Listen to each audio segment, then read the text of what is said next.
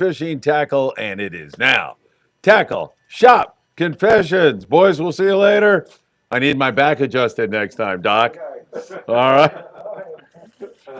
It's great to be with you all. Sam, how are you, my friend? Doing good. I saw you and Diego got out, had an exceptional day on the Enterprise. Awesome. Just good Father-Son day, right? Yeah, it was good. It was an awesome day. We had great weather. Fishing was decent enough. You know, he caught himself a nice little sheephead, a bonita, and it was a good day overall. Weather was great. You know, crew was great, so it was a good experience. Yeah, that's great, man. Anytime you can go, and let's be honest, fishing wasn't wide open, but No. you still had a great time, Yeah, right? still had a good time. That's Yeah, the way yeah. to do it. Any wahoo? Oh, tons of wahoo. Wahoo were Yeah, biting we're on the jumping the boat, Enterprise. yeah. This is Michael Limon, everybody. If you don't know Michael, he's a regular part of the Freeman Adventures family, everything, like our social media, and he's out fishing all the time. His grandpa's out there. He's got that strange mustache that we love so much, right? It is strange. Yeah, his mustache. Yeah, it's a little strange. What's strange about it? Somebody, I don't know. It must, yeah. And then Mackey's here, and who else is here? Chris Navarro is here. This is here. Yeah, and Andrew and Blake are hanging out. Peter's back there doing stuff. There's just all kinds of stuff going on, and there's all kinds of stuff going on in sport fishing. There's no doubt about it. We're going to talk Ensenada. I'll get you the latest intel from there. Are they biting offshore or not? What's going on inshore? I'm going to talk about San Diego. Sam and I are going to address all the tackle. Well, I really should say Sam is going to tell you all the tackle you need to be successful on your next fishing adventure. We'll talk Sam's favorite topic, albacore. Somebody gave me an albacore tonight. Chris Navarro. It's a can. Fresh caught. Yeah, kind of. It's in a can, but it's albacore, man. So I'm stoked about that. We have got a lot to talk about, including like those father-son types of things, and it's great stuff. What about you? Have you been out fishing lately? Not really. Yeah, Michael didn't fish. We were just finished Danny's show over at 22nd Street, and you didn't fish because you're in your school clothes. Yeah. From now on, get a bag with your fishing clothes in it. Don't let your grandpa screw you out of a day's fishing from now on. Sam, you want me to start with reading some questions, and then we'll go into like doing kind of the fish report. Many times the questions carry us through the entire show, and that's what the show's kind of all about, right? People get to ask. I think so. I think so. I'm not quite I sure. thought it was about chicken wings. I do have some bad news for you. Okay. Are you okay? Are you ready for this? Depends on Are the you news. sitting down? You are sitting down. Yes.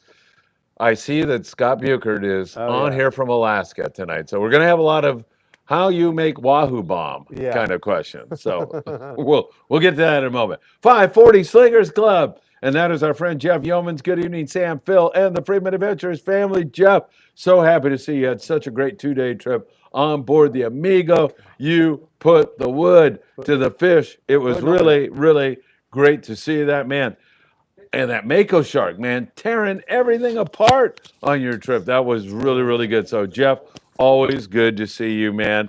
Thank you for your service. And the 540 Slingers Club, you can't beat those guys. They are really outstanding. Sam is off doing something real quick here. He'll be right back. Let me just remind you all that you want to jump on board the Island Spirit out of Ventura Sport Fishing. We'll be up there in a couple of weeks, as a matter of fact, fishing with our friend Paulina, who's my co-host from Mexico. And Michael Limon, you will be there. That's going to be a fun day. If you want to get on board the Island Spirit, you can do it by going to calling 805-676-3474, or you can go to VenturaSportFishing.com. And the El Patron out of Long Beach Sport Fishing, man, they do such a great job. Limited load trips to Catalina Island. The boat is fast, comfortable. The crew is great. And there's some good bass fishing and a few yellows at Catalina Island in pristine weather and conditions right now. You want to jump on board the El Patron, you can do that by going to www.longbeachsportfishing.org. And one more before I get back to your questions, and that is Freeman Adventures has teamed up with a guide. We are fishing the inner harbor now. We have a skiff, and we'll take 2 people out on our inner harbor trips. That could be nighttime breakwall calico bass fishing, which can be epic. If you want to do that, we can do that, or we can fish during the daytime hours. We normally run a trip from 6 a.m. to 1 p.m. You pick the date, let me know, then we look at the tides and we let you know when the tides are optimum for a big catch. If you want information on that, just send me a text right now. I can't answer you right now, but send me a text, right, Inner Harbor Fishing, and my phone number is, what is it? 657 227 6459. All right, back to the show. Sam will be here in a second. Scott Buchert wants to know how you catch salmon. Sam, how you catch salmon? I don't. He doesn't catch salmon. He doesn't like salmon. He don't want anything to do with salmon. He's in Alaska. He ought to know how to catch salmon. I think you just call up Scott. He'll throw it at you. You got to catch it. Oh, that's a good one. I like that. Like the Seattle Fish Market. Yeah. All right, Scott, there's your answer. I hope you enjoyed that. Both hands, I guess. That's how you catch salmon.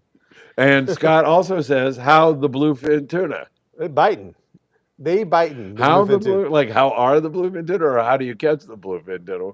You care to decipher that? I think he's saying how they biting. He's probably sitting next to his captain. They're getting ready to make a set on salmon, and he's trying to fire these messages off. Because I know I start screwing with him on the phone, and he goes, "My captain's right next to me." I'm like, I don't care. Does he ever send you any pictures of like? Yeah. Oh yeah, they're pretty cool or what? Yeah, it's pretty cool, man. Like him knee deep in salmon, and he had some. Scott had crabs the other day. He was holding up with a beautiful crab. It was a weird name to that crab too. Scott, if you're listening, tell me the name of that crab. It wasn't like a snowy crab or a king.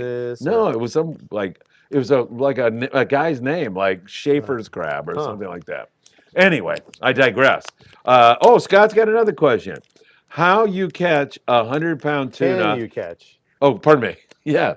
Can you catch a 100-pound tuna on Alexa 500? Yeah. Can and how. Very close. I can see how you can get that. They almost have one letter in common. I'm not supposed to go down the drain for another 30 seconds at least. Yeah. Yeah. Can you catch a 100-pound tuna on Alexa 500? Of course you can. I mean, I could. I don't know if Scott could. I don't think Scott could catch a blue perch on Alexa 500. So there. Especially not a 100-pounder. All right, Scott, you're getting all the answers now. Manny, hey, Manny, good to see you. He says, let's go. We're ready to go. DJB is one of the finest human beings on the face of the earth. His wife's out of town. And so most guys, when their wife's out of town, they might go out and do something that you shouldn't be doing, or may go to the horse races or something like that. DJB watches Tackle Shop Confessions when his wife's out of town. Good to see you. I miss those times on board the Independence. Robert Slager saying it's straight up 6 o'clock, and you know what that means. It's time for Tackle Shop Confessions. All right, let me get back. Man, there's a lot of questions already. Sal Mercado. Sal, good to see you. Hello again. I really want to try popping on a sport boat. Is that a bad idea? 14,000 reel and 100 rod, 65-pound braid. Maybe even a 10-foot rod, maybe? I don't know. Yeah. But no, definitely not a bad idea, Sal. I mean, it's not something that I think, a lot of guys are trying for sure. I know some of the private boater guys are using one of those clear poppers. I'm going to go grab that right now.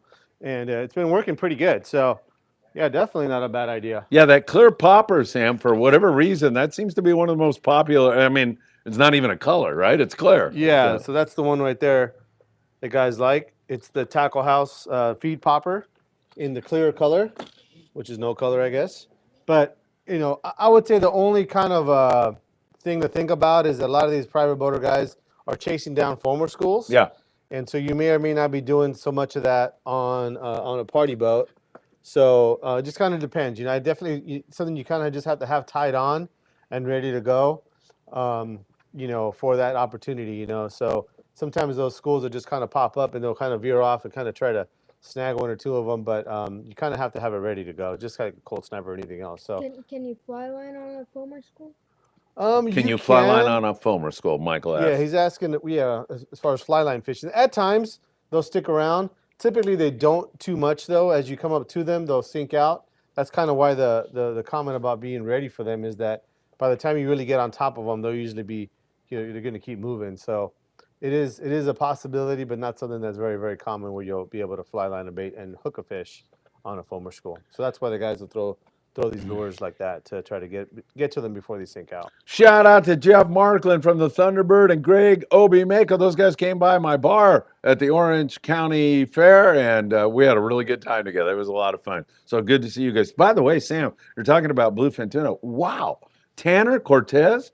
You throw 20 boats out there, and most of them get limits of bluefin and a good shot of yellowtail along with it. It's great right now. Yeah, I mean, we kind of always wait for that fish to kind of settle up in some area to where the boats can pretty much just, it's like drive-through fishing. They just drive there and It's so anchor true. up, and the fish are just there, in large numbers, and they don't move around a whole lot. So that's kind of a big advantage. Whereas very common at night, we get into that 43, 60-mile bank area. And even though it's still kind of a general area, They're moving around. they're moving to try to kind of get on top of fish.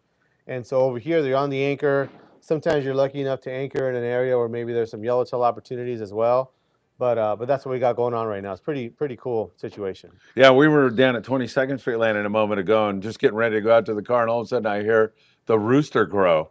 And I look over, and these guys are watching the morning brief, and I go, hey. And they go, oh, shoot, what's going on? And they're going on the Freedom. So if you guys happen to be listening right now, have a great trip. I hope you guys do really, really well. Jeff Saylor. Hey, Phil, thanks for the Southland report. This is Jeff from Morro Bay. Don't always stop at Point Conception. Do a report for Central Coast once in a while. Jeff, I'm going to do that. Last week, I think it was Hector who said, you're a lazy bum, man. I don't see your stuff on Apple Podcasts and everything. I haven't missed a day. Did you put them on? Yeah, every day, Okay. man. I'm on it again. So now I got to listen to Jeff and do what he's saying.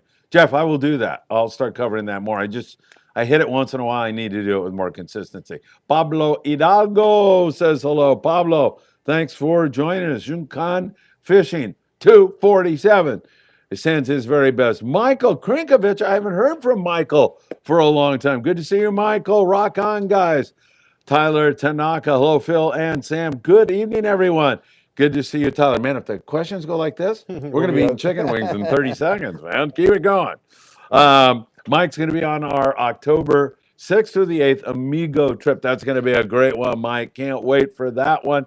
In fact, Jason Lawler, the galley cook, is going to be there to help hook in hand for new anglers. Nice. So it's going to be great. There's going to be another galley cook. Jason's going to dedicate himself to doing that. Tyler Tanaka, what's the latest on dodos in Southern California water? You're a dodo, aren't you?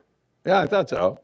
Man, well, Tyler, I'll tell you, it's just not happening right now. It's just, I don't know. We saw a little sprinkling of it. We've had no huge catches on any consistent basis. I want to say the best catch I've heard this year is like a dozen on a sport boat. And that's a thing that will typically happen in the fall. So maybe it's just we need our water to warm up a little bit. Maybe also, though, it's a La Nina and it's cooler water, and we may not see that much this year. I'm just kind of throwing that out there because as you look about 800 miles down the Baja Peninsula to La Paz, they just started catching rooster fish a couple of weeks ago. That's a springtime thing. And now when they should be catching wide open Dorado, they're catching big yellowtail. Best yellowtail fishing Jonathan Roldan has ever seen in August. So things are behind there. The question is, are they behind here also? And as you look out on the Huntington Flats and Iser's Reef and areas where we catch sand bass and barracuda on a regular basis, we're catching sculpin and rockfish. So I could make a plausible case that things are behind a little bit. Yeah, And I could also argue the other way too. They're but right in front of the albacore. they're right there. the Every time Dorado. you say that, Yeah. the next day somebody catches at least two. To So what? just keep repeating that. To what? Albacore. No way. Yes, I I swear said to it every God. day. There's no way they've God caught two darn it, every where's day. that albacore at? There it is. I'm You got telling two you right right there. now. Yeah, Chris, let's break it open. Chris brought me, there it is. There's another one for you all. Look at that. I'm going to give it to Michael Limo. All right. I mean, that Dorado too it's not something that we really have gotten every year forever. Yeah, right. I don't really consider it a staple species. Some of the San Diego boats sometimes will go, down south into Mexican waters and snag a few here and there some years. And some years we get a whole bunch of them, as we did here a couple years ago. But I still consider that a true exotic. Something that is a migratory species. Yeah, I and agree. if you're lucky enough to be on a trip that gets them, then you got to kind of take note of that. But it's not really a regular thing. You heard about the Mako shark on the Amigo Yeah, I heard just about that. devouring everything? That was really Yeah. cool. So Jeff was on that trip, 540 Slinger. He said that Mako shark was a memorable experience on the 2-day charter. I have to commend the Amigo crew for handling the situation so well. They shot it with a cannon, huh? No. Did they? No, they didn't do that. I'm just kidding. Well, that's good stuff. And like I was saying on the morning briefing today, Jeff, that's just a great memory. How many people get to see that? Not very many. And Yeah. it's spectacular, no question about it. Have you had to deal with that, Sam? Not Makos, but the White sharks the at white the sharks at loop? Guadalupe. Yeah. I have, I've seen Makos around once in a while. Hammerhead. Those hammerheads look pretty crazy. They're nasty too. Yeah, the brown sharks down at Alejos. Yeah. things like that. So I mean, it's all pretty cool to see though. Those brown sharks are a pain in the neck, aren't they? Those things are, man. Those Yeah, they're things are nasty. nasty. Yeah, They really are. You know, any shark can pretty much, you know, they'll end you in a second. Yeah. But man, those brown sharks, it seems like it would be a pretty bad ending, man. Those things are crazy. Yeah, it looks really nasty, no doubt about it. Hey, Sam, how can people find you here at Island Fishing Tqckle? Just take a little pause here while I find my space again. We're at 21809 Avalon Boulevard, City of Carson. Our regular hours are Monday through Saturday, 10 to 6. Phone number here is 310-707-1205. All right, Mike Krinkovich is going to be on board the Royal Polaris for the accurate Royal Polaris 7-day trip. At the end of the month, he's going to keep us posted for sure. Alijos Rocks and surrounding area. Mike, have a great trip. We'll look forward to your reports. Jeff Saylor is going to answer Scott Buchert. Salmon, same hoochie rig as halibut. There you are, Scott. Great answer. Where is Scott? Oh, no, he's back again. Here he comes. Angel Melgar. Angel, good to have you with us. Good afternoon, guys. Was throwing a surface iron with a Komodo 463 with 50-pound braid and a 50-pound fluoro leader when my braid just snapped.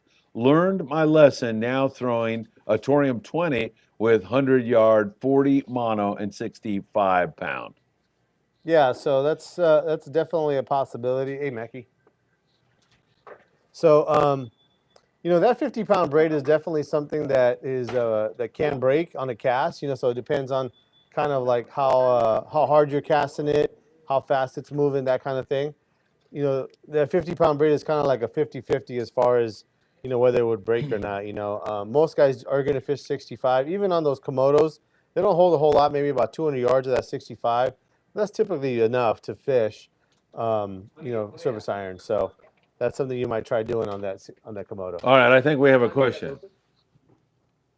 10. And they open at 10 o'clock at Island Fishing Tqckle, Carson, California. By the way, we'll be next door at SoCal Wings tonight. If you'd like to join us, we'd love to see you there. My cool. ETA is 7:30? 7:30. 7:30, yeah. We'll be over there. You'll get to see Michael Limon. Chris Navarro threatened him the other night. I watched it happen. He threatened him that if he didn't eat the chicken, and I've been threatening him too, he doesn't eat all the chicken off the wing. And it drives guys like Chris and I crazy. You know, there's like half a freaking chicken still on it. He cleaned his chicken wings off, and I was so proud. Michael, I don't care about your academic success. The fact that you clean off a chicken wing makes both of us, Chris and I, very, very proud. Anyway, if you'd like to join us 7:30 tonight, just be there, and it'd be great to chat with you all. All right, let's go to Scott Buchert. Another question or a statement. Tanner. That's a great one. Well, that's a good idea. That's where they're at. Tanner. Yeah, thank you, Scott. Red Pill. Evening, Sam, Phil. I just got off my 2-day trip on the Pride. Limits of bluefin tuna between 15 to 30 pounds. Caught 4 yellows between 22 and 30 pounds. What a trip. Nice going. And I caught a 34-pound white sea bass. That is so cool, man. Sam, thank you for all the recommendations. Awesome, man. Glad you had a good trip. That is a fabulous trip. We were just down at 22nd Street, so you probably are just getting in. Sorry we missed you. DJB, heading to Alaska this weekend for 2 weeks. It's a big state. Hopefully I don't run in to Scott Buchert. I love you, DJB. Yes, that would really ruin your whole trip, let me tell you. Red Pill, 25-pound fly line with size 2 fly liner J-hooks was the key for 2 of my yellows and my bluefin tuna. Caught the other 2 yellows and white sea bass on 60-pound dropper loop. Man, you own them on that 60-pound. Yeah, I think that's kind of normal for that boat. They like to fish heavy on the dropper loop. Yeah, they do, don't they? That's kind of a Tucker McCombs thing too. He likes fishing dropper loop for sure, and as heavy as you can get away with. All right, how about we go to the show me state, Missouri, where our friend Kim Herbert is standing by. Sam, I continue to uncover older tackle given to me. I got a heavy chrome jig, Sumo brand. I remember that. Several painted jigs with Neptune labels and a PL68 and ABC jig. Any history on those jigs? That PL68 is Daryl, what's his name on the Royal Polaris? Shelburne. Yeah, his favorite jig for yellowfin tuna. Big yellowfin. So it sounds like a lot of these are going to be like your old rock cod jigs. That ABC jig's a big one. Salis ABC jig PL68 is also kind of a rock cod jig that some guys, depending on what kind of hook you have on there, guys will use. Once in a while they use them for big yellowtail yo-yo, but they're pretty big and heavy. Although they do make a PL68 light as well for a surface iron, but once again that's a pretty big jig. And then like Phil was saying is that they also sometimes will use that for big tuna down at the Hurricane Bank and places like that. That sumo jig is probably just a chrome. Let's say a chrome one. Yeah, I think they made like a banana jig or something like that. Sumo did, but they made some other jigs as well. And the one with the Neptune, I'm not really sure of. So if you wanted to kind of get some more info on them, maybe just some idea of other things that you might find out about those jigs. There is a website called surfaceiron.com. You want to maybe check those guys out, and you can even send them a message or an email, and they might be able to tell you a little bit more in depth about those. Is the guy that did sumo, was his name Daryl? Yeah. Is he still around? Yeah, that's right. Yeah. How is he? Is he around? He's around. I don't think he's doing the brand anymore. I think he retired. Yeah, oh, did he? Mm-hmm. Yeah, nice. I haven't seen him for years. I'm not sure. Yeah. He's down in Oceanside. Oh, okay, cool deal. Sal Garcia said, landed a 35-pound yellow. That is a nice yellow, Sal. Last Monday on the El Patron on an overnight charter with the family on a rod I won, built by Island Fishing Tqckle. Thank you, Sam, and thank you, Mr. Freeman. Sal, thank you so very much. Call me Phil, please. But that's a nice yellow. Nice going, man. That's a beautiful fish. Dansky. Got on the Mission Bell yesterday, but had an issue with the bait tank and had to turn around. Man, I'm so sorry about that. It happens to the best in the business, though, right, Sam? Every once in a while, you have a mechanical failure like that. Part of the deal. Those boats are running every day, so something's going to give out eventually. Hopefully, we paid our dues to the fish gods, accept our sacrifice, and the fishing turns on. Yeah, the islands have backed off a little bit after an absolutely phenomenal year at the Coronado Islands. Those guys here lately have been catching like 15 to 30 yellows, sometimes less than that. And a lot of them are starting out down on the rock pile. So there's North Island, Middle Grounds, South Island. There's South Kelp Ridge. That runs down to the rock pile. And down there, they've been finding like meter marks on fish and then throwing a bait, throwing a surface iron, throwing a yo-yo iron on that fish. I'm not sure if that's going to pump up again, but it's been a heck of a year at the Coronado Islands. Oh, yeah. Really, really good fishing. Yeah. So hopefully you get out again. And the Mission Bell has been exceptionally hot. You know, Scott used to cook in the galley on that trip. That's right. He quit cooking in the galley and the fishing went wide open. So I think the Mission Bell is going to pay him to stay in Alaska. Yeah. And we'll chip into that, won't we? Yeah, good investment there. Will you chip into that? For sure. Yeah. Perfect. Me too. All right. James Williams, Fish Dopes, said some guys got Dorados west of the 178 today, but yeah, who knows? I don't know. Some guys, it's possible. No, I'm sure guys are catching them here and there every day, but to be able to go on a trip and say, well, we're going to go catch Dorado. Yeah, it's hard right now. That really hasn't kind of materialized in that way, but generally you can get lucky, and 1 out of 100 boats will get 1 or 2. I'm sure. Yeah. James, thanks for sharing that. Hopefully we'll see more of that stuff. Cal says, hey, Sam and Phil. Cal, great to see you here. Andy Favela says, hi, guys. I have a Penn Fathom 40. What is it? NLD. No, thank you. Yeah, no. Paired with a Daiwa Tuna Series rod. The stock bracket does not fit. Do you have something at your shop I can buy? Great question, Andy. So I'd have to look at it a little bit more. Is it that the bracket doesn't fit, or is it that the screws or the bolts that are coming off the reel, are they hitting the reel seat? So it really depends on what your situation is. The clamp should fit. The stock clamp should fit. You just may need some longer hardware, or the hardware that is on the reel itself may be too close together where it doesn't fit around the reel seat. So I might check that out a little bit later today, or a little bit later while we're doing the show. We get a little break, and maybe I'll see if that's something we can. Yeah, I can do a whole series of ads while you run off. Also, if you can tell me which of those rods you have, if it's like the XH or the 2XH or something like that, then I could kind of zero in on your problem. All right, perfect. That's what this show is all about. Tackle Shop Confessions. Tony Gonzalez. Sam, do you carry the AA 5-inch purple Chovy, a.k.a. Albacore special. I love Tony. No. No. As soon as they start catching them, I'll carry them. Yeah. Tony, your positivity is infectious. Every year I order them, and every year I got to cancel them. Use them for something else, man. Rob S. Jigging at night. I have a Shimano TLD 30A. It kicks my butt. Do you have a suggestion for a better reel for that kind of fishing? Good question, Rick. You know, the one thing you're going to want to look for is going to be a reel that has maybe a lower low gear ratio. On this particular reel, one of the things you might consider, if you haven't done so already, is installing a bigger power handle on it. That doesn't sound like it'd make a lot of difference, but it does. You know, that reel is not that, you know, bad for what you're talking about. It just, maybe you just been hooking some really big fish, but adding that big handle will help you. But besides that, that Makaira International in the 16 size is a very similar size to that TLD 30. That'd probably be your next step up into a reel that's got a little bit more torque. And the reason for that is that the low gear is lower on those, so that every time you turn the handle, it's easier to turn the handle with that low gear. All right, very good. James Williams says, I'd rather Dorado just didn't show up. I don't want to, you know, sit around, watch these things, hundreds of them swimming under the patties like they did the last couple of years. They certainly go through that transition, don't they? They move in there, and you see them, and you see them, and you see them, and it's like, come on. Yeah, they won't even eat the chum. I mean, they're just down there, you know, yeah. So that's something that is very, very, actually pretty dang common with Dorado, especially when they get up in our waters. I don't know if it's the temperature or what it is, but I think it's the language change, going from Spanish to English. Yeah, it takes them a little while to, you know, brush up on that.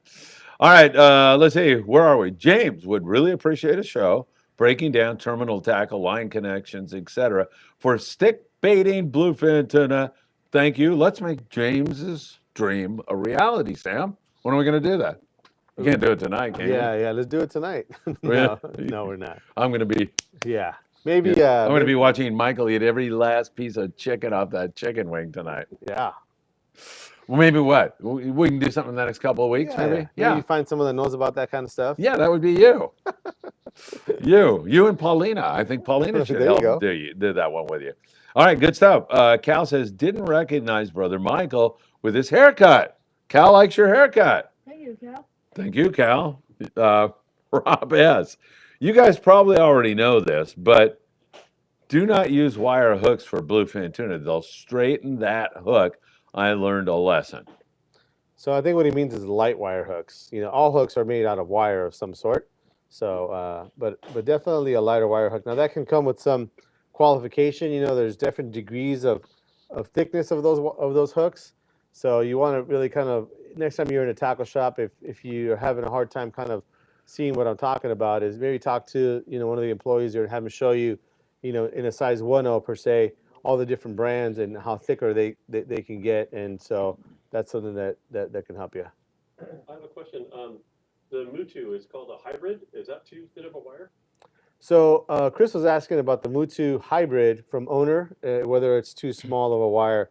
So yes and no. So as far as what's going to determine whether it's too light or not is going to be whether it's going to straighten out or not. And sometimes we think about that in terms of how big a fish we're going to fish for, saying, well, if you're going to fish for a 40-pound tuna, you should have X, Y, or Z hook. Yeah. But really, that doesn't have as much to do as what size line you're going to use, because that's going to determine how hard you're pulling. That makes sense. If you're on a 40-pound tuna with 60-pound, you're going to pull a lot harder than if you're on a 80-pound tuna with 30-pound. That makes total sense. So that has to do more with that. That hybrid hook, I would say, would be good up to about 20-pound test, maybe 25. There's standard Mutu hook, which is down to a size 4, is, I would say, good up to about 50-pound. You know, 60-pound being kind of borderline, but 50-pound would be pretty safe still. So, and with 50-pound tuna, you're talking fishing for fish over 100 pounds, you know, or it'll handle fish over 100 pounds. And so if you're getting into that situation where you're going finesse, the standard Mutu would be the way I would go. All right, perfect. And Dansky comes in with a current update. The San Diego back from the Coronado Islands today. 35 guys. Oh, wow. 112 yellowtail. Wow. That's some good fishing. That's freaking awesome. Dansky, thanks for sharing that, man. You're helping me on my morning briefing tomorrow, too. That's a heck of a hit. 112 yellows, man. That's good fishing. That's a good day right there. So and they're not catching them all. You know, they're losing a bunch of fish, I'm sure, you know. So that's pretty good fishing. Over a hump on the yellows. Yeah. The San Diego runs out of C4 Sport Fishing in San Diego, of course, and they do a great job. It's been a lot of 25-pound fluorocarbon, fly line, bait fish, but on a trip like that, I'll bet you're fishing some 40 at times, maybe. Service iron fishing. Service iron for sure. Really, what a great trip. DJB, the San Diego Long Range Fleet, obviously first class, but for you personally, what makes you prefer one boat over another? No names needed. I will say, I bet Sam's going to echo this in a way. I would say probably crew more than anything. The relationship you have with the crew, how polite they are, how much fun it is to fish with them. You can put up with a boat that's slightly inferior with a great crew. So that means a lot to me. Yeah, I mean, it's definitely a whole experience type of thing. When we're looking at these long range boats, like you're saying, they're all top notch. And when you're comparing the Red Rooster to the Royal Polaris to the Excel to the Royal Star, all that kind of stuff, you're usually talking about very minor differences. And for some guys, there might be something particular about a boat that they just prefer. Maybe the way the tackle is set up, maybe the way the galley's set up, maybe the way a couple of the staterooms are set up. They just kind of like the way they're configured or whatever. But those are usually very minor changes. It isn't the same kind of difference that you would find in, let's say, whether you like a certain topping on a pizza that you're allergic to, you just can't eat it. It's not that type of difference where any of these boats you're going to find anybody who's going to look at them and say, wow, these guys are no good at what they're doing. The crews on these boats, the captains, not only that, even the office staff, who you're going to talk to. Totally. It's a different amount of time that they take with you, and rightly so. You're paying big money for these trips, and typically there may be several payments involved, and there's going to be a lot of questions asked, and they're usually pretty good about either answering the question or finding somebody who can answer that question for you. So, yeah, it's a whole different experience, and so you might find different things. Myself, I'm a big fan of the Royal Star. I've been fishing with those guys for a lot of years.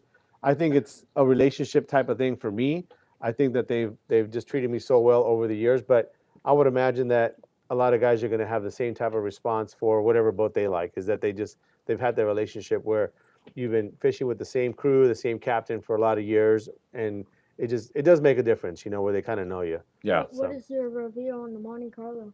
Monte Carlo is a good boat. Definitely. I think as far as a half day boat, I mean, it's probably one of the nicest on the coast. I for agree. Sure. Very roomy, big boat, very stable. It's got the upstairs or That's galleys. nice. Yeah, the galley's very roomy. So for that type of experience, I think they're one of the better boats for sure. What about the Enterprise? Enterprise, also a good boat. We were on with those guys the other day. Definitely a boat that is actually pretty similar to the Monte Carlo in that respect, where it's kind of wide and real roomy.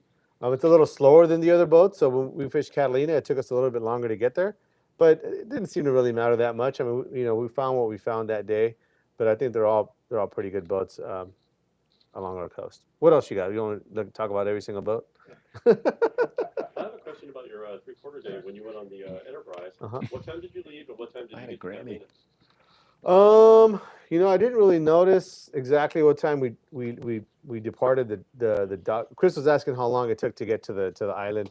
Well, we fished the east end of the island, and so we fished the far end. So if we would have fished the closest part of the island, it probably would have been 2 hours, 2.5 hours.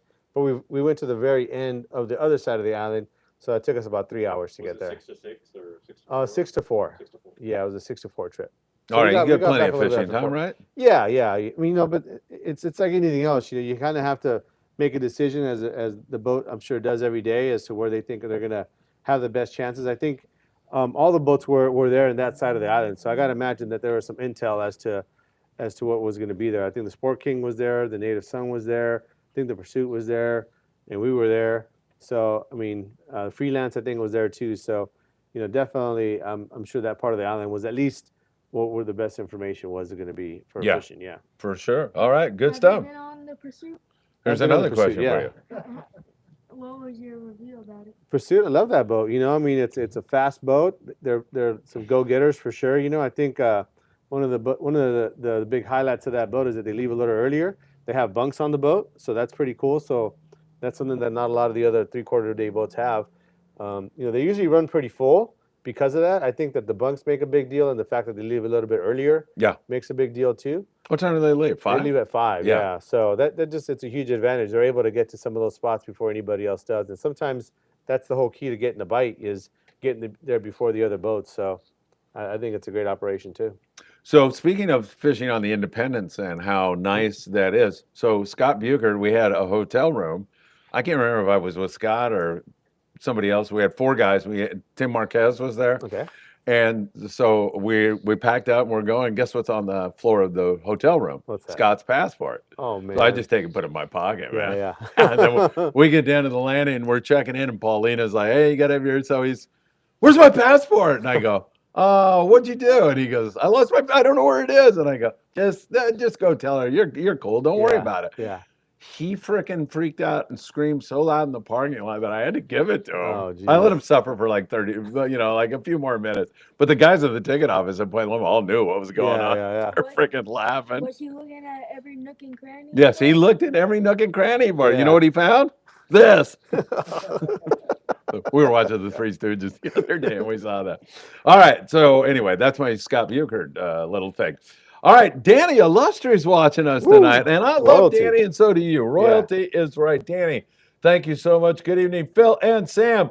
Good show as usual. Stay safe, please. Hope to see you both soon. Danny, I'll see you on that 8-day trip, speaking of the Independence, here in November. We get back 2 days before Thanksgiving. You do too, right? The day before Thanksgiving. Yeah, you're right. So we're down there at the same time. And then we're going to have a great Thanksgiving. And then my wife, my boys, myself, I don't know who else, but we're going to the SC Notre Dame game. And we're all going to be in green, including that Costa Rican. She's going to be in green. She didn't know that much about Notre Dame, but she knows enough to love Notre Dame. So Yeah. that should be fun. I'm sure we'll get the hell kicked out of us wearing green into the Coliseum that day, but whatever. All right, Jose Guevara. Jose, good to see you, my friend. Sam, what are the differences between the Alijos and Macaira internally? Jose, it's a pretty good question. I know that the Alijos is kind of touted as being the same as the Macaira, but just in a cheaper price. I would imagine that there is some differences. I unfortunately don't know that in a way that can be explained properly. I probably have to look at a couple of videos. I'm sure somebody out there on YouTube has gone through the whole through that whole thing. But I will say that one of the things that they do different is that they make different sizes. But as far as internally, if you were to go from a 16 to a 16, I couldn't tell you exactly that. I'd have to look that up. All right, good stuff. Rob S. says that San Diego's booked through October, man. Great operation. Can't blame them. Really great operation. I have to make sure you all realize that if you can get on the San Diego. But the Grande does a great job, and the Mission Bell's been red hot this year. Like you said, Sam, pretty much those San Diego-based boats are, there's maybe a few exceptions, but most of them are pretty professional. Do a great job. Yeah. All right, good stuff. Labworks. Good day, Sam and Phil. Labworks is in Australia. Yeah, man, we haven't seen you for a while. Hope you're doing fantastic. Rob S. Thunderbird out of Newport and the XL have the best HVAC system. I line the Ocean Odyssey, but the HVAC sucks in its galley. It sucks its galley sleeping. Yeah. Okay, well, we can, air conditioning is good on the Thunderbird. Have you been on the Thunderbird? No, not on the new one. No, I haven't. Yeah, I told Markland I got to come out with him. He goes, anytime, man. So It's really cold down in the bottom. is it? Yeah. I love it. So Yeah. Yeah, I think that's one of those things too. That's kind of one of those systems that, I couldn't tell you what the Ocean Odyssey is doing now, but I know I've been on boats where it was not working too good, and it wasn't normal. But at times, they have issues with that, just like you would have it in your car or your home. Sure. Saying they're running every day, so they sometimes can't get to it right away. So, but I know some boats are better than others for sure. All right. Clay runs the Old Glory. I just say that because Rob S. says Clay will leave early if everyone gets to the Old Glory early. That is good stuff, man. I love that. I know, sometimes you'll go down to a boat and they've already been to the bait receiver and they're loaded with bait and then you're straight lining it. Or, they can't do that all the time, obviously, going like this. But just, if the guy will leave early, that's cool, man. Sometimes I love it. It works out that way. Gives you a little advantage for sure. Calypso, I'm moving this week and walking through the old house, cleaning walls and patching holes. What a nightmare. So glad you guys are on tonight to distract me. Thanks again. Thank you, Calypso. Really appreciate that. I'm liking Labworks even more right now. Go Fighting Irish. Thank you so much, Labworks.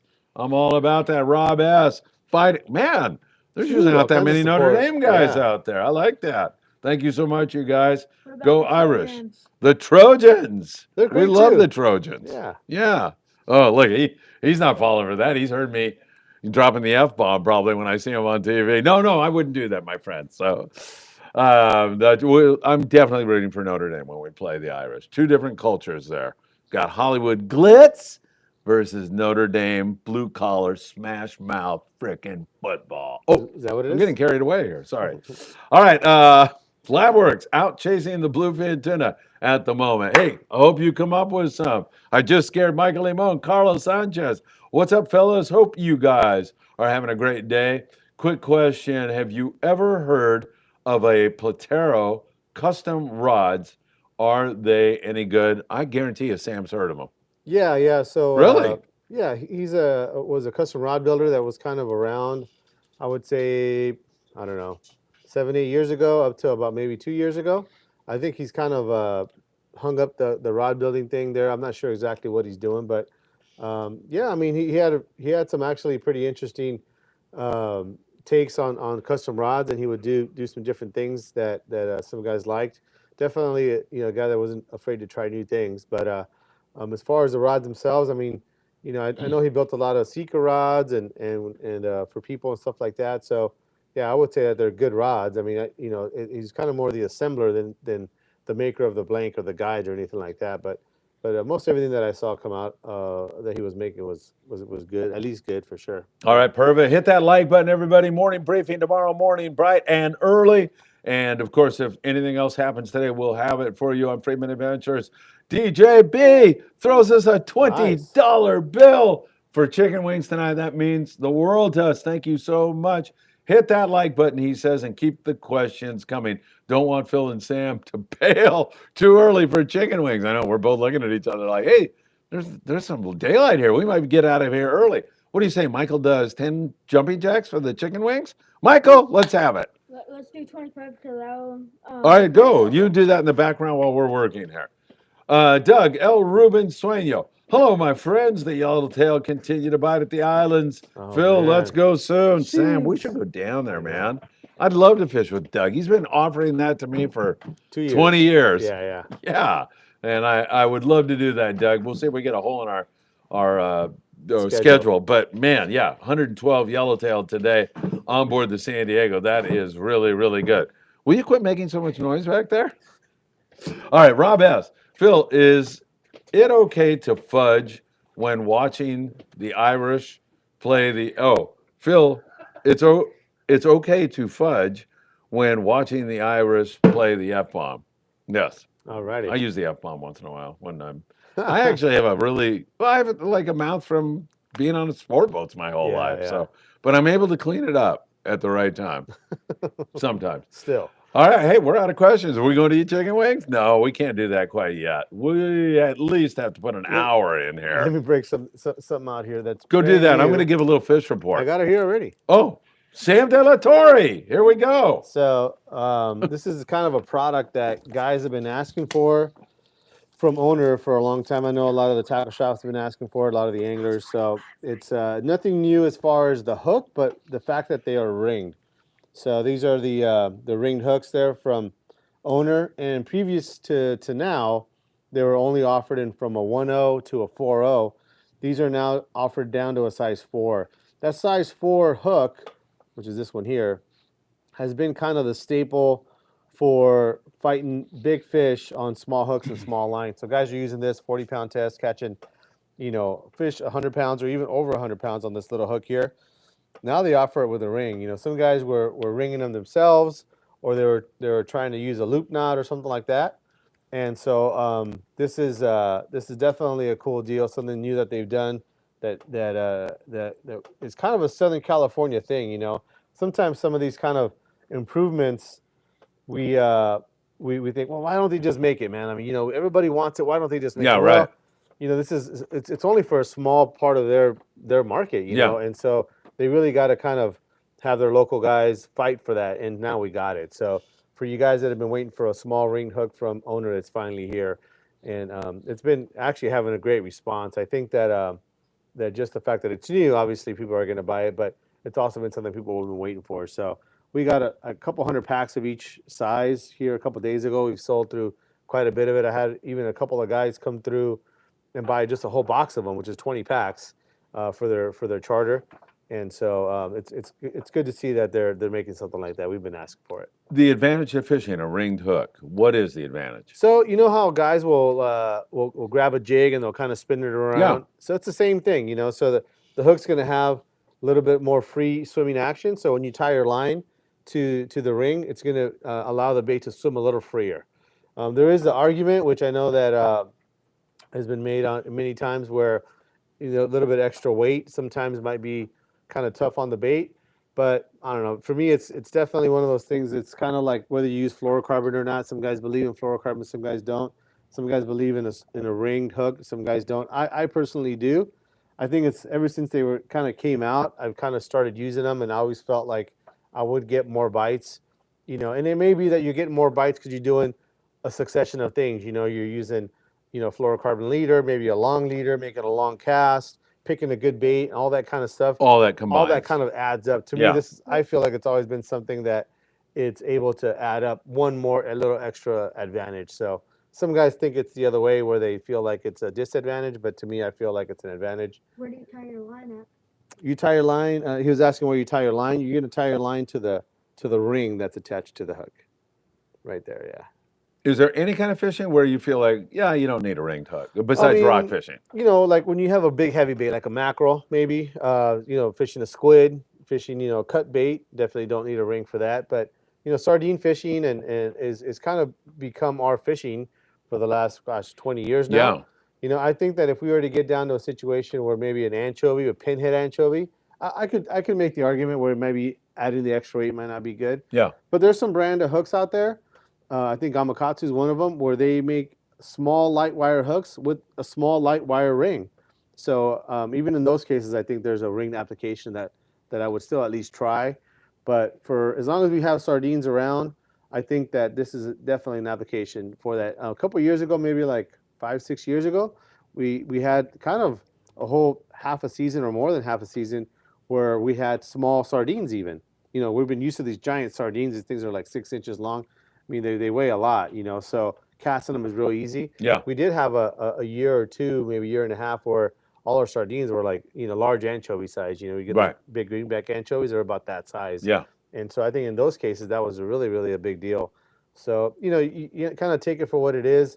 I'm sure there's times where, the sardines that you have in the tank are super hot and they're probably going to be maybe okay without, Also, another thing, too, as you go up in line size, if you're using 15-pound, the line itself is flexible enough that it still might have some good movement. But especially in this situation with this small size 4 hook, when you're fishing 50-pound, it's pretty stiff. And so when you get down, especially fluorocarbon, when you get down to tying a hook on here, it's definitely going to bind the hook somewhat and bind the bait from swimming. So that's going to be another time where I think the ringed hook really kind of plays in as you go to heavier line. When you're using 12-pound or 15-pound for bass, probably not as big a concern for that. But when you're tuna fishing and using heavy line, I think definitely this is a good deal. And are you a fluorocarbon guy? Do you fish? Am. Yeah, I thought you were. Yeah. It's one of those things where, you can definitely make an argument that it's not always necessary, but I know for sure 100% it never hurts you. So, you just kind of play the odds and say, well, on this specific day, I could have caught as many fish on mono, but I don't think there's hardly any time. Although I've seen it to where it does seem like mono, maybe using a long piece of mono might sink out your line a little bit better because fluorocarbon, from what I understand, will float more than mono. I could see that being a thing. I know that my big tuna that I caught, that 220 was on straight mono, 100 feet of straight mono, 100-pound, and I did straight tie to a ring hook for that. But I think getting bit in that instance, I kind of saw what everybody was doing, and I just wanted to do something different. And the only thing I could figure, I mean, obviously just a lot of luck, was that. But besides that is that I feel like maybe my bait got down to a little bit, deeper depth, so that when those fish came through, only one person was going to get bit, and maybe that bait that was just a little bit deeper is the one that was going to get bit. So, that's just one of those things. You kind of always are playing the odds. There's no absolutes to fishing. I think you don't want to think of it that way. You want to just be able to make adjustments, and a ringed hook is definitely one of them. All right, good stuff. Robert Graber is joining us from up there in the 805 late again. with the early warning from Phil. Happy Tackle Shop Confession, Sam, Phil, Marcus, Michael, and the Freeman Adventures family. Robert, always good to see you, my friend. Carlos Sanchez. Philip, do you have any open trips available? Carlos, we have September 24th through the 26th on board the Apollo out of C4 Sport Fishing. Then we have the Amigo, just a few spots on these. Amigo 6th or the 8th, I believe, October, out of 22nd Street. And then we're doing our inner harbor fishing trips also, and that's available on the weekends, Fridays, Saturdays, and Sundays. And for information on any of those, just send me a text. Tell me what you're after. If you're after doing the inner harbor bass fishing or the breakwall nighttime fishing, just let me know what you're after, and I'll send you all the information. 657-227-6459. Thanks for asking, Carlos. Appreciate it. LabWorks, finally a micro jig circle. Mm-hmm. You agree? Yeah, that's what he's talking about, our circle hooks. I know. Yeah. Reggie Wynn. Hi, Sam. Are there any companies to make neoprene rod gloves for 10-foot jig sticks like the Alua? Unfortunately, the ones I've seen come up a bit short. So Reggie's going to be on our Sea Joe trip, so I think he's talking nice. about protecting his rods on the airplane. Yeah. We sell a rod cover that is 10 feet long. It's actually 9.5 feet, but it'll cover your 10-foot rod down to, almost to the end of the rod. And that'll work for that. It covers the rod. The neoprene one, which is a thicker one, is kind of like a wetsuit material. I've never heard of anybody making one that long, although I know Darren Dohe, 310 Rod Works. I was over there on Friday, I believe. Happy birthday, Darren. I know I'm a little late, but yeah. And I was over there on Friday, and he was showing me some neoprene rod covers that he just had made and just received them that day. He was checking them out. We were checking them out, and he has a 9-foot one. So I know the 9-foot one won't go all the way down to the bottom of your 10-foot rod, but it'll go down as far as even a reel seat if you had it down there. So you might want to hit him up, Darren at 310 Rodworks. I don't know what the cost is on them. He was just showing them to me that day. And if you can't get a hold of them, let me know, Reggie, and I'll make sure that I get some down here for you for that trip. All right, good stuff. Rob S. says, the older you get, the less mouth filter you have. That is for sure. LabWorks, Sam, I'll reach out to you for Australia delivery. Yeah. Beautiful. We've shipped out quite a bit of these, actually. Oh, have you really? Yeah. Oh, that's great, man. Well, good. David Petroy. Hi, Phil and Sam. Sam, will you take a phone order? I want those hooks. Yeah, David, no problem. Give us a call tomorrow. Actually, talk to Andrew, and he'll set you up with the phone order. No problem. All right, great stuff. Rob S., it's hard to belly hook with those circles, J-hooks. Yeah, it does take a little bit of practice. There's no doubt about that. And that's the one thing I could say is practice. Practice as much as you can. Don't wait till it's hot and heavy in the corner to start trying to figure out how to use these things. They are a little bit harder to hook than a J hook.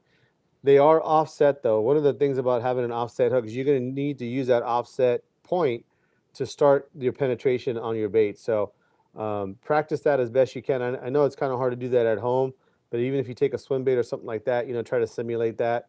If not, go on a half-day boat and just try hooking the baits there. They're not going to be as lively as some of the baits you might find like on a long-range trip, but it'll still at least give you the opportunity to practice. It does take some practice, but it is definitely doable. I think that's great advice for sure. Which one do you think is better, the belly hook or nose hook? So Michael's asking whether I prefer a belly hook or a nose hook. Most of the times a belly hook. I like the sensation of when that bait hits the water, it just takes off, and you feel it taking line off your reel. You're like, I'm going to get bit. Yeah. There are times, though, on a long soak, if that's the way we're getting bit, I'll go to a nose hook there. But even then, it's hard for me. I'll even stay with a belly hook even on a long soak at times. I feel like sometimes my bait's going to dig down and maybe get a little bit deeper, but it's also too when you want to wind in and kind of recast, you can kind of just jerk your rod and then it's going to tear the hook out, and you can wind in real fast. Versus that nose hook, you're going to wind the bait all the way to the boat, which isn't the worst thing. Sometimes you get bit on the wind. Yeah, a lot of times, right? That happens a lot. So yeah, two different ways. Chris, I have a question that's pretty similar to his. Besides the nose hook and belly hook, the thing on the back. Which you got to do, belly or the one on the back collar? So Chris was asking about another hooking technique, which is a shoulder hook. It's kind of become pretty popular here the last 10 years or so. And that does work good too. You know, if you do it right, you kind of have to do it. There is a certain area there where if you don't do it right, you're gonna kind of brain the thing and you kill it right away. But if you do it right, the idea with that is that your bait's gonna stay alive longer, especially on the anchor where you're kind of swinging back and forth and you're not really in a fast drift situation. I know a lot of guys do really well with that that shoulder hook. There's a video out there, I think, on the Shogun, maybe Inside Sport Fishing video, where he does a really good job showing that shoulder hook. And I think you guys have done some of that with Brian Wynn. Yeah. Doing some of that shoulder hook. I don't know if he's shown that on an actual bait. I know he's done it in a video though. So yes. You might want to check that out. All right, yeah, good stuff. Steve Bermuda says the perfection loop is the poor man's ring hook. Yeah. Leave it to Steve. I know. Huh? God darn Steve Bermuda's. It's a good knot, though. I've seen that thing hold up pretty good. You just got to know how to tie it. I just like to screw with Steve. Yeah. Eclipso, good to see you, my friend. Thank you so much for being here for these yellowtail. I don't think anything beats the Gamakatsu ring live bait hooks. The rings are smaller than most other brands and don't seem to slow the sardine down. Number 2 size is just about right. Yeah, that number 2 is a pretty small hook. I like it a lot. It's kind of not as thin as other hooks are. And he's right. The way that they make that hook, that they manufacture that hook, is that they actually will bend the hook around the ring. And so what that does is that they can go with a smaller ring and it's one piece. It's a stamped ring and that's stronger by design. Whereas all of the owner hooks are welded. So the ring itself has to be big enough to fit in the welding jig that they use to be able to weld these shut. So these are only going to be so small. The diameter of the ring I like, it's a good size, but the hook that he's talking about is even smaller than this size 4. I know that every brand has their own sizing, but this size 4 hook, that size 2, which technically should be bigger, is even smaller than this. Really? Yeah, and it has an even smaller ring. So that is kind of a hook that I've used in the past for when there's definitely a finesse situation. 20-pound on bluefin, I've caught lots of them using that hook. But he's right. It's hard to get a bite even for yellowtail. I think you might want to try a hook like that. It is a little bit small. You get some of these big fish, it might be harder to hook them, but like anything else, you got to be willing to make that adjustment. Yeah, and Eclipso said he used them for the first time on a trip on the Searcher this year and got totally sold on them. Yeah, they're good hooks. Thanks for sharing that. Really appreciate it. The Tops, great show. Sam, any suggestions on a jig bag wallet? Tops, thank you for your kind words. Yeah, if you're talking about the knife jigs, I'm kind of gonna go back to that Nomad jig bag here, which we still sell tons of it, man. I mean, it's still, I think, the best jig bag on the market. I got my jig bag here kind of loaded up, and it's maybe a little overloaded. Looks like it. But I mean, if you just Mac is going to take a little bird's eye view. I mean, if you can see on this here, I just don't see needing more than this on any one trip. I know I can guarantee at least half of our customers probably have twice as many of these jigs at home, but I can't see needing more than this. And this also has some of the Colt snipers in there. And if you're going to be on a multi-day trip where you might even fish some surface iron, you could probably remove some of these on this side, throw some surface iron jigs in there. They also have an insert that you can Velcro right in here. Let me go grab that real quick. All right, good stuff, everybody. Thanks for all the great questions. We are totally enjoying this evening as Sam runs off to grab something, and I think I hear him coming back already. So this is the loop part of the hook, hook and loop Velcro there. So you can put that in there, and essentially you're going to double the amount of slots, which if you're using it to just carry jigs and you fill one up like these are filled up, I don't think you'd be able to carry it. Yeah. So first of all, but if you just, like I said, carry some more surface iron, lighter weight stuff, and not so much of only just the knife jig stuff, then you could get something like this. And this would be, I mean, even this I think would be a little overkill, but it is fishing and we are fishermen, so we always take more than we need. But this is what I found to be the best jig carrying solution. They are it's super sturdy. I mean, I probably got 50 pounds of jigs in here. Yeah, I would think. And all of the sewing seems to be holding up pretty good. I've had it for probably 4 years now. Still going strong. So this is the one. It's from Nomad. Excellent. All right, great question, Tops. As you can see, we got into it with Sam there. Quentin wants to know, Sam, are those hook wires thicker than ringed fly liners? Yes, yes, it is. Yeah, just a tad thicker. And like I said, to me, I would have no problem fishing 50-pound on this hook here. So it's definitely going to be pushing its limits at 50. But I've had many customers. I personally have fished them with 40 and caught 100-pound tuna, no problem.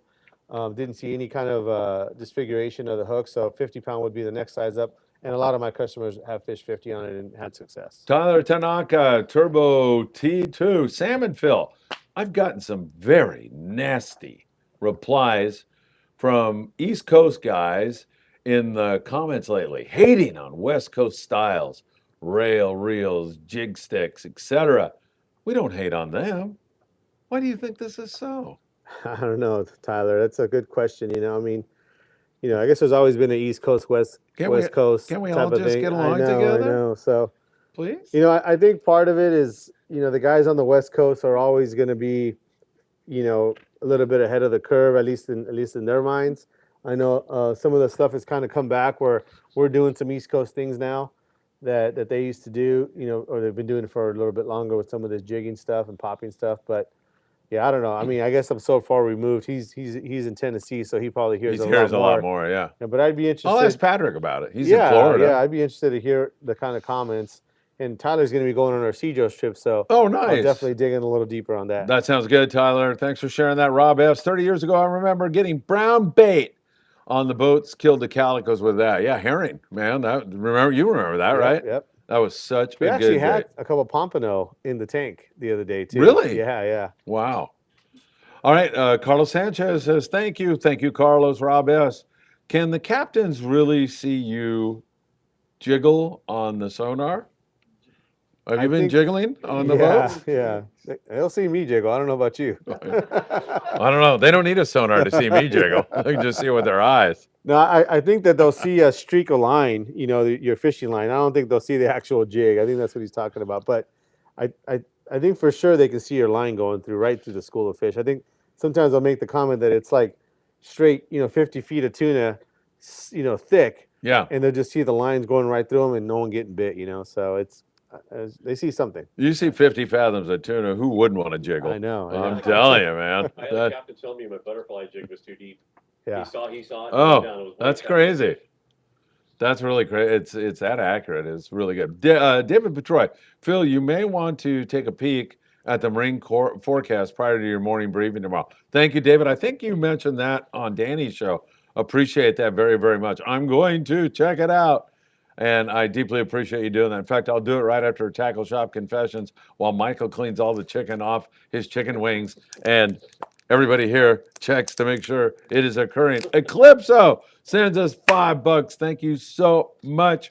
Really, really appreciate that. Have a Fever Phil morning update. Then the Danny Show, now Tackle Shop Confessions. Heck of a day. Yeah, thank you so much. I really, really appreciate it very, very much. Sal Mercado, is the Sea Adventure 80 a boat that doesn't go out as much? I don't hear from them on their trips. Not sure about what they're doing over there. I'm pretty sure they go out. Yeah. Some boats just don't post or report that much. So that might be one of them. Yeah. Doug Tilk. Hey, Doug. I sent Doug a message and I said, hey, if you have any extra halibut, I'd love to get some. Never heard from him. I don't know if he's mad at me or what. Good evening, boys. Sam, I dropped by the shop the day you and your boy went fishing. Brought some halibut salad and crackers. Oh, wow. Did he leave it there? Did the guys? Yes, yeah, I did. It's the first time I heard about that it. sounds really good.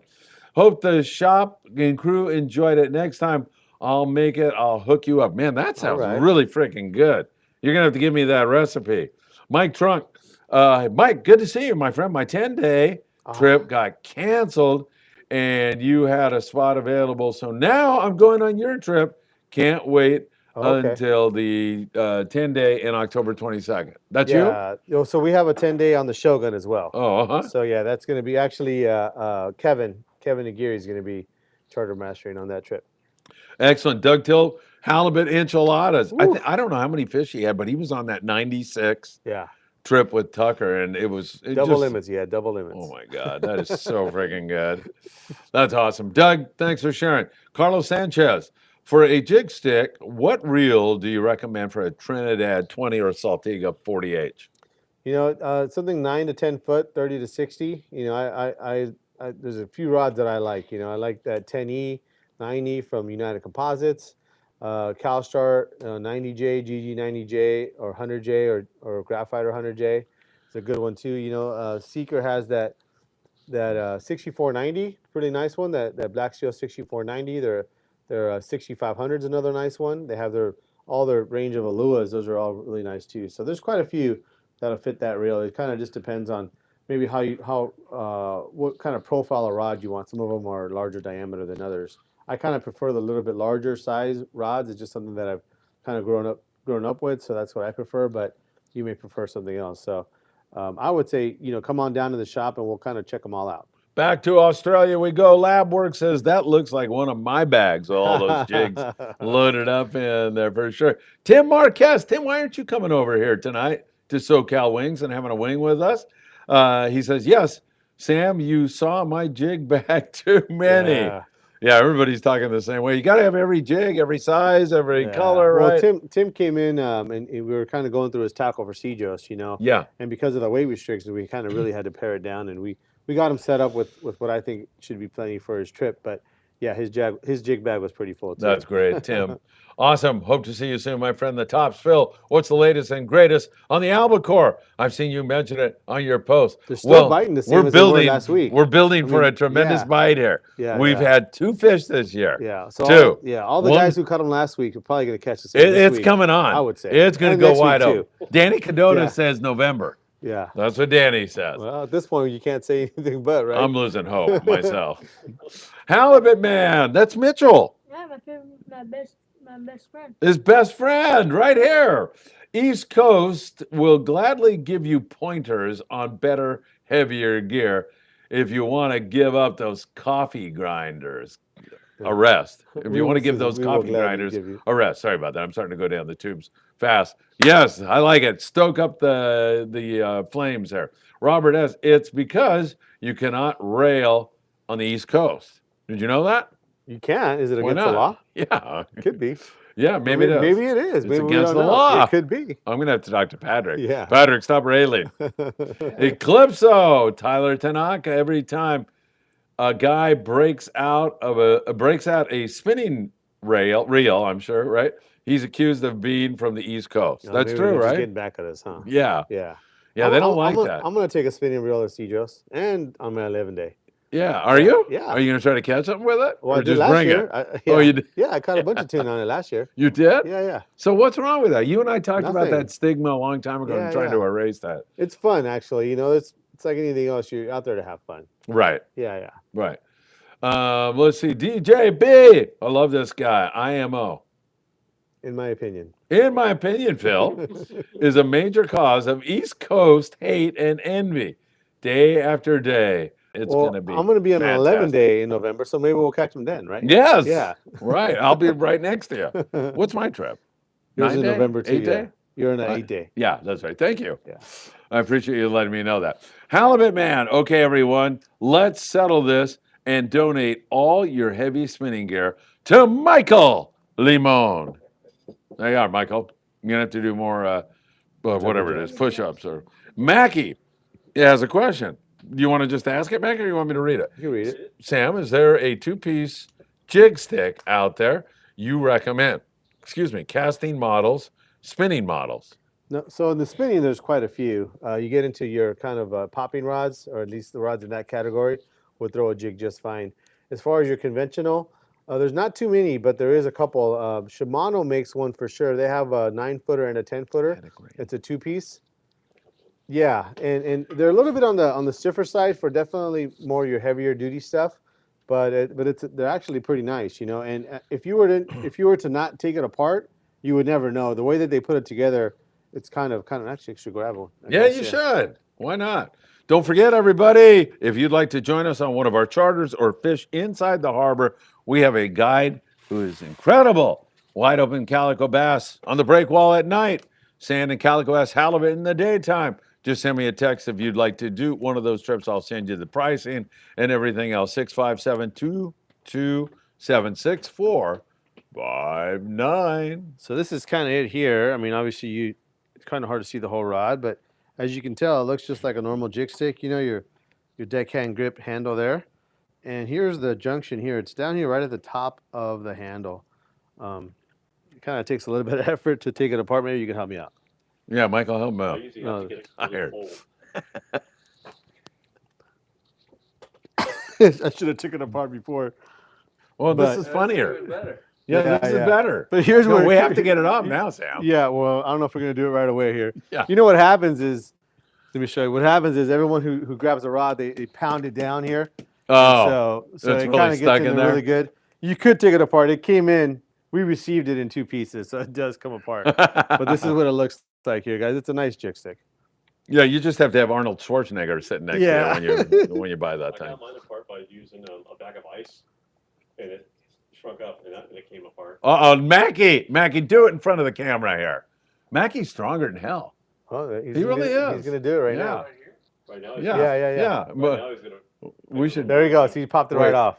He did it. He's gonna start the warranty right now. Is it turning? He can't get it off either. Oh no, wait. No, he he's says it's turning it. He's turning. He's gonna We get it should right be off. filming this. What's Look at wrong that, with you, man. Keeps the Michael? strength here. Is it screwing or what? Michael. Look at those arms. Yeah, sure. flex. Film him. But it's No. You know how to do it, right? You ain't getting it out. the top section is 7 All right, feet. we're just taking a little break here while Mackie tries to get this off now. If it's turning, you Just turn look it through and the pull it. viewer there, Mackie. You don't have to get too close. We want to see his face too, even though it's horrifying. Well, if you got it turning, then we can take it apart for sure. Wait, now this is now we cannot have chicken wings till you get this damn thing off. Is it turning? Yeah. Oh my God. Damn ball. Yeah, I don't know why we started Oh, that. no, it's not turning. So right now we're at Island Fishing I Tqckle, got it. I moved. and the boys are trying to separate this 2-piece rod. It has No, turned you gotta into turn it. quite the battle. Michael Limon is filming for All us. right, that's not coming apart. Michael, you have to get the grimace. All right, Michael, bring it back, I guess. Are we giving up? Yeah, he's not going to give up. All right, now, Michael, you're filming the ice chest, which is lovely. Maybe you should turn the camera toward myself and Sam. That's an excellent job. Thank you. All right, I think we're back.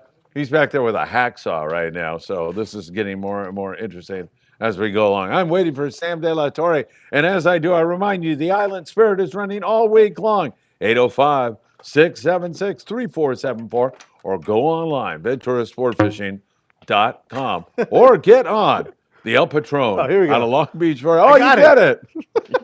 All right, we got one that's already done, already separated. Already loosened up. www.longbeachsportfishing.org. On it. For what? Putting chapstick on it before you put it in, so it doesn't take Yeah. 2 people to pull it apart. All right, well, that was fun. Now your appetite's probably better right now, Oh, right? yeah, I'm ready Look to at that. Whoa. Can you grease that thing or something? Yeah, that's the way you should do it. Yeah. Yeah. That's actually the 9-footer. The 10-footer here. All right, well, that was fun. What's the brand on that? Shimano.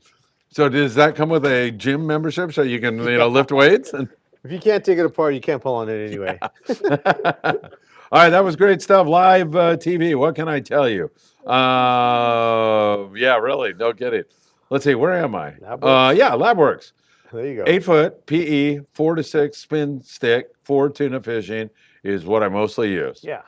Tyler Tanaka, Turbo T2. I'm bringing my 8.3 Shimano grappler to throw swim baits and poppers at Oh, Cedros. there you go, Tyler. Tyler, that's going to be a lot of fun. Saltiga as well says LabWorks. Raul Almaraz. Hey, Raul, good to see you. Phil, Sam. What's up, guys? Just got back from Bola, where we nailed the Dorado and Yellowtail. Great trip. I know the flatheads are biting down there. I'm so happy you got them. Raul, thanks for the update, my friend Sal Mercado. Hey, Sam, do you have the Phoenix Titan popping rod, 8'6"? Yes, we 40 do. pound, Yep. 130s. Yep. I'm pretty sure I got it right here. All right, Sam's going to check for you right now. LabWorks, Rob S. That is for cast control. All right, and Rob S. thanks him. Steve Bermudez, how about half price for that rod? Bermudez is, hey, do you hear this? He wants to buy a rod. I Yeah, doubt it. for half price, the one that's stuck. Yeah. Yeah, no, Steve, you tightwad. Eres muy codo. Steve, tú eres muy codo. Tú sabes lo que estoy hablando. All right. Labworks So or we have the 8-footer. He's looking for an 8.6. I think they make a 8.8 or something like that. where's I don't Doug Tilk? Why isn't he coming to the chicken wing thing tonight? But Doug, here's, come on. The 8-foot Phoenix. Alrighty. All right, very good. Labworks says depends on what you're casting. Doug Tilk says, watch out, Mackie.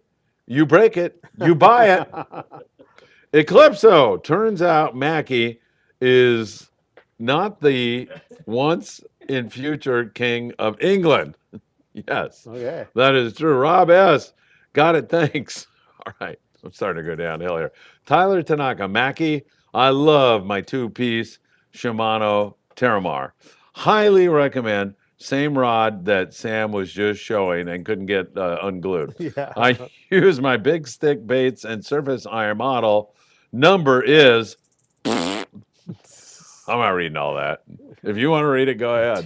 TERWCCD H 90XH C2. C2 4170. 96 So that's 80,000. basically the 9-foot extra heavy 432. Terramar deckhand 2-piece. All right, perfect. And Mackie says, thank you, Tyler. Hey, Sam, I All don't right, see we're another here. question up there. Have we done an hour? That's my Yeah. question. Mackie jumps up and says, I'm starving to death. Yeah, we've done an hour. Sam, great show. Alrighty. Michael, what do you say? One more Goodbye, time. everybody. Are we doing any specials this week or anything like that? You know, so for you guys that are still looking for those United Composite rods, we had a couple guys call over the weekend. They couldn't make it. So we told them that we'd be able to give them those same deals that we did last week, this coming week, because they couldn't make it on Saturday. So we said, okay, we'll just do it for another week. So once again, until this Saturday, all the United Composite bait rods. We're also going to include pretty much anything that's not a rail rod. We just don't have that many of them left. But so even their jig sticks and things like that, we'll do 25% off. No 2-piece ones though, for sure. Okay, and they got to mention, is there a word? Are we doing a word or just no? Yeah, yeah. No, you just got to mention that you saw it here on the show. Perfect. That Yeah. sounds good. Mhm. Doug Tilk says he's full of halibut enchiladas next time, Phil. Hey, thank you so much, Doug. Looking forward to seeing you. We have a big trip coming up thanks to Doug. That is going to be fantastic. What's going on back there? And Labwork wants to know about UC. Did your pants come off? Geez, we're going to get thrown off YouTube. Kids with their pants falling off behind me. What about UC No, blanks? You know, I mean, I guess we'll do it off of that too. There, what's his name? Labworks. What's his real name? I forgot. Sorry, man. Yeah. But yeah, we'll do forget. it off blanks as well. Whatever we have in stock, though. Nothing that we have to order. Eclipso says, what I like to do is go into all tackle shops in town and glue the 2-piece rods together. Great entertainment. Man, what would we do without you? You've really provided us with a lot of fun. Sam, that was a lot of fun. Thanks, everybody. Really appreciate it. See you in a few more hours on the morning briefing. Have a great evening, and thanks for joining us for another edition of Tackle Shop Confessions. Labworks, Paul. Paul. There you go. Take care, you guys. All right, Paul.